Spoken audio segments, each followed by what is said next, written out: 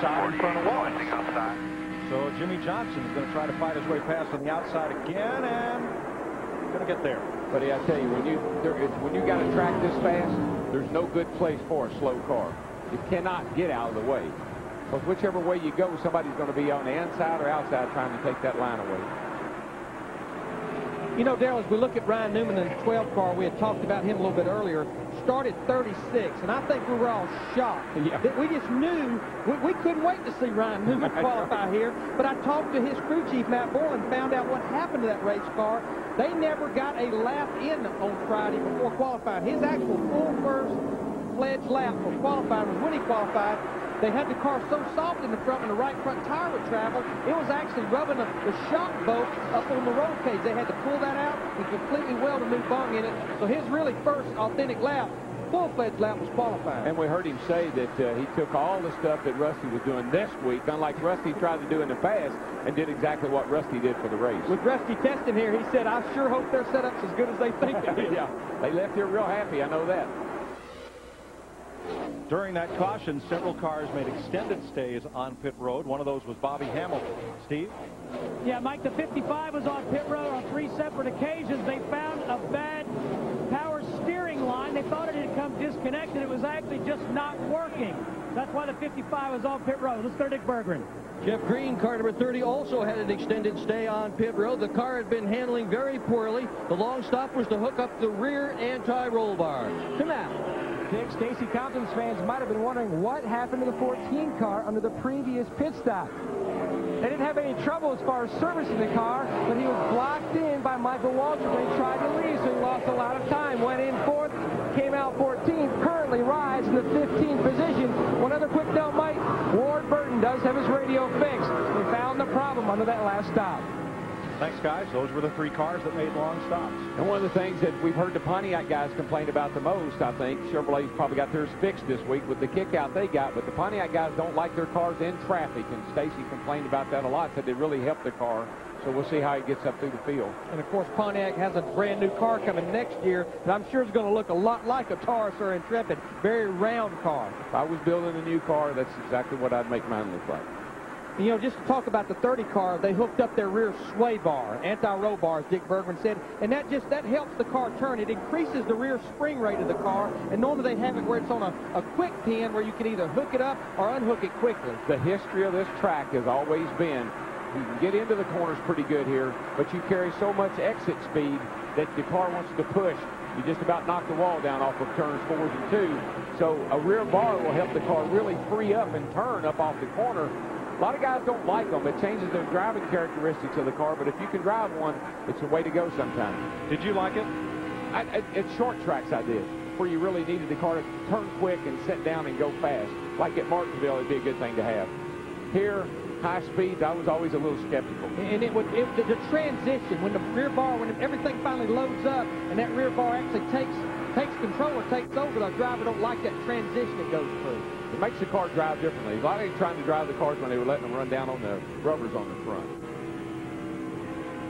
Hunt Strickland in front of Elliott Sadler there as we go back up front to Dale Jarrett, who now leads this race by 1.6 seconds over Bill Elliott, Dale Earnhardt Jr., and Ricky Rudd. Larry, that's one, all that we're talking about is one of the guys at home is sitting there, what are they talking about? What's that? What's this bright light? Yeah. Oh, it's the sun is out. Oh, it's the sun. Here comes the sun. That'll change things. Suit and do. Or day or dog, whatever.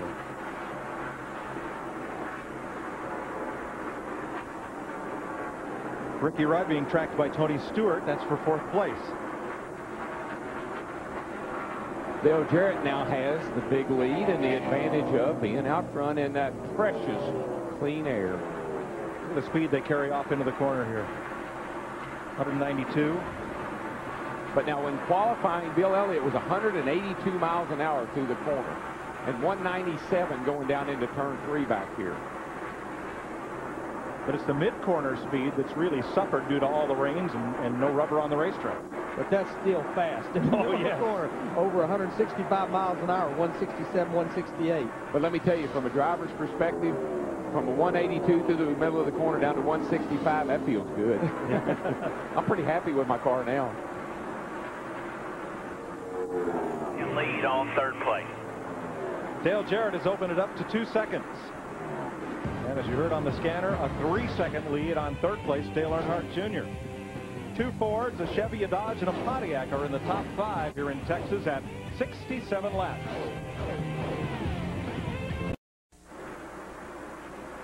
Dale Jarrett has led 30 of the 72 laps thus far. Ricky Rudd and Bill Elliott have also been on point for the Samsung RadioShack 500. You know, and Elliott's taken advantage of that pole starting position today. Now, he's staying up there in the top 2 or 3, and he likes it up there today. Bill's obviously got a pretty good hot rod. He beat everybody qualifying by about a 10th, a couple of miles an hour.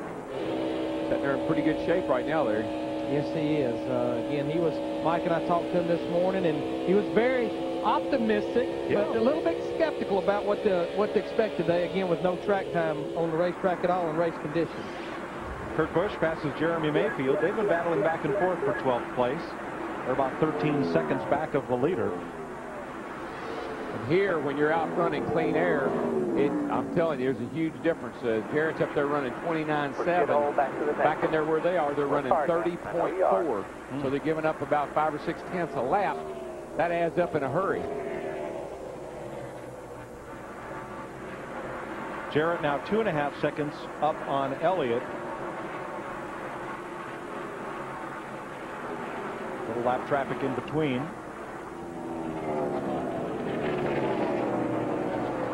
But one of the biggest surprises has been our second place point man, Matt Kenseth, who started this race from the back, 41st, and has now found his way up to 11th place. It's incredible that I guess I would be surprised if they probably aren't on the same strategy they were at Atlanta when he did that and came back and had a great race and finished 4th. Just remember, he qualified 31st, but had to start at the back because of having the engine problem before qualifying. They broke a piston, put a new engine in to qualify, but by the rules, regardless of when you change the engine, you have to start at the rear of the field just as if you were going to a backup car.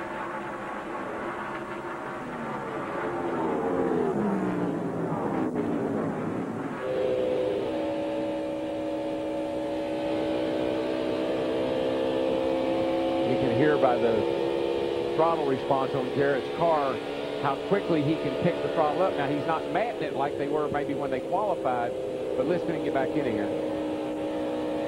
Part throttle, gets about half throttle, and then mats it when he gets the car turned off the corner well. Rolls out of it way before actually getting to the corner, but as you say, well before the center starts picking that throttle up. The way his season started, some of his fans were wishing he would have raced the truck. One top 10 finish in 5 races. Very uncharacteristic start. And probably the biggest thing that was uncharacteristic is 2 engine failures. Something that don't happen with Robert Yates, Doug Yates engines very often.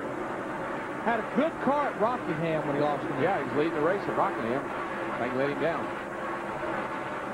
Bill Elliott second, Ricky Rudd third. The pole sitter now 2.8 seconds off the lead, Matt. Well, Mike, Bill Elliott's been actually flying all week, and what I mean by that is Bill Elliott's an avid remote control helicopter flyer. He actually has one and takes it to the races with him sometimes, but he flew out to Texas early, and the reason, he's taken up flying helicopters. He came out here and went to the Bell Jet Helicopter School. He's learning how to fly helicopters. Right now, though, the number 9 Dodge is flying along very well. They're scheduled to pit about another 25 laps. They made some adjustments because the car was just a little bit free in and a little tight in the center. Boys and their toys. Gotta have a helicopter. See miles per hour and RPMs on Bill Elliott going off into turn 1 about 8,800. Only falls back to about 74, 7,500 in the middle of 1 and 2. Mid 160s coming down the backstretch. Probably see a little less RPMs. Yeah, about 8,700 going into turn 3. Mid 180s. The miles per hour in the center of the corner at both ends is about the same, but the RPMs and miles per hour at the end of each straightaway is a little different. Remember, the front stretch is much longer than the back stretch. And I had a lot of people say, well, if the drivers liked the track last year, and most of them did because they could run several different grooves, why did they repave it? There were several issues here. One, they had a drainage problem, and there was water under the track. 2, the track had gotten rather rough, And my experience has been, and Larry, you'll know what I'm talking about, when they run IRL cars or Indy cars on a racetrack that we race on, we always have a really nice, smooth pace. As low as they run those cars, it has to be smooth. There you see Robbie Gordon in the 31 car getting lapped again after recovering earlier. And our points leader, Sterling Marlin, finds himself in 16th. He's kind of Mr. Anonymous the first half of the race lately. Just waits for the race to come to him. Yeah, I think that's exactly what it is, Mike. The car, I think they started the car off a little tight, drivable tight, not pushing the wheels off of it, but just tight. And then as the race goes along, it frees up and the car gets going. Boy, he's losing a spot right there to Jeff Gordon in the 24 car. This is a battle for 16th. You know, talking about repaving the track, one of the big fears when you come to a freshly paved racetrack is the asphalt going to pull up as these cars? What I like about what they did here, they did it back last summer. It had the summer heat that it sat. Then they actually raced the trucks in the IRL here in the fall. Then it had all winter to sit. So it's what we call it's good and cured before we came here to race on it. Well, one of the smoothest tracks I've ever raced on is Indianapolis, and they just they ground it to take some bumps out of it before they had the Indy 500 up there. So those Indy cars and IRL cars, they got to have the smoothest surfaces that you can possibly have, which is a real neat deal for us. You know, track general manager Eddie Gossage estimated that 80% of the ticket holders, sellout crowd yesterday, would come back for today's race. I thought that figure was high. I was wrong. This place is packed. Yes, it is. About like yesterday.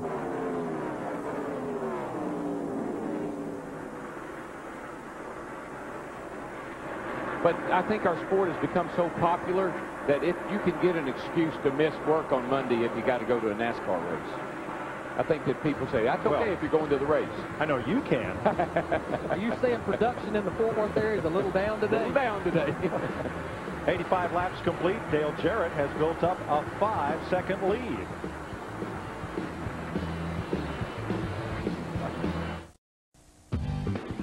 The Samsung RadioShack 500 on Fox is brought to you by Ford. No boundaries.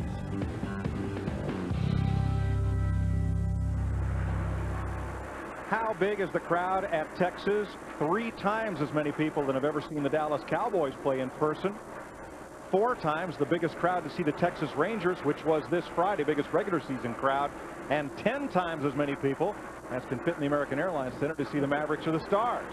Just to tell you about the crowd here today, the local public schools just said, finally, the heck with it. We're going to close school today. We can't get our buses in all this traffic. I told you it's all right to get off today.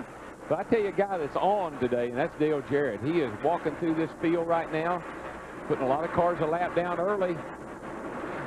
Rusty Wallace is not too far back there either. He's been coming up through there, closing in on Dale Earnhardt Jr. Looks like a Ford kind of day to me. We're at lap 92 right now. What we have to remember, everybody, most of the leaders were on pit road about lap 36, so we're about 8 to 10 laps away from pit stops. There's another little group of cars that's about to get lapped, like Jeff Green in the 30. They were on pit road about lap 50. They'd love to see all the leaders cycle through those green flag stops and then catch a caution. Now, he's the one that hooked up the rear sway bar. Green was, I don't know, I bet he comes in and unhooks that thing before we go too much further. You suppose? That was just something to try, I believe. Testing. A Band-Aid. Rusty Wallace started 28th. He has now moved up into the top 5. Let's get a heads up from his pit. Steve? Mike Witt, Billy Wilburn. Billy, you guys are flying. What have you done to this race car, and what will you do on the next stop? Well, we made a tire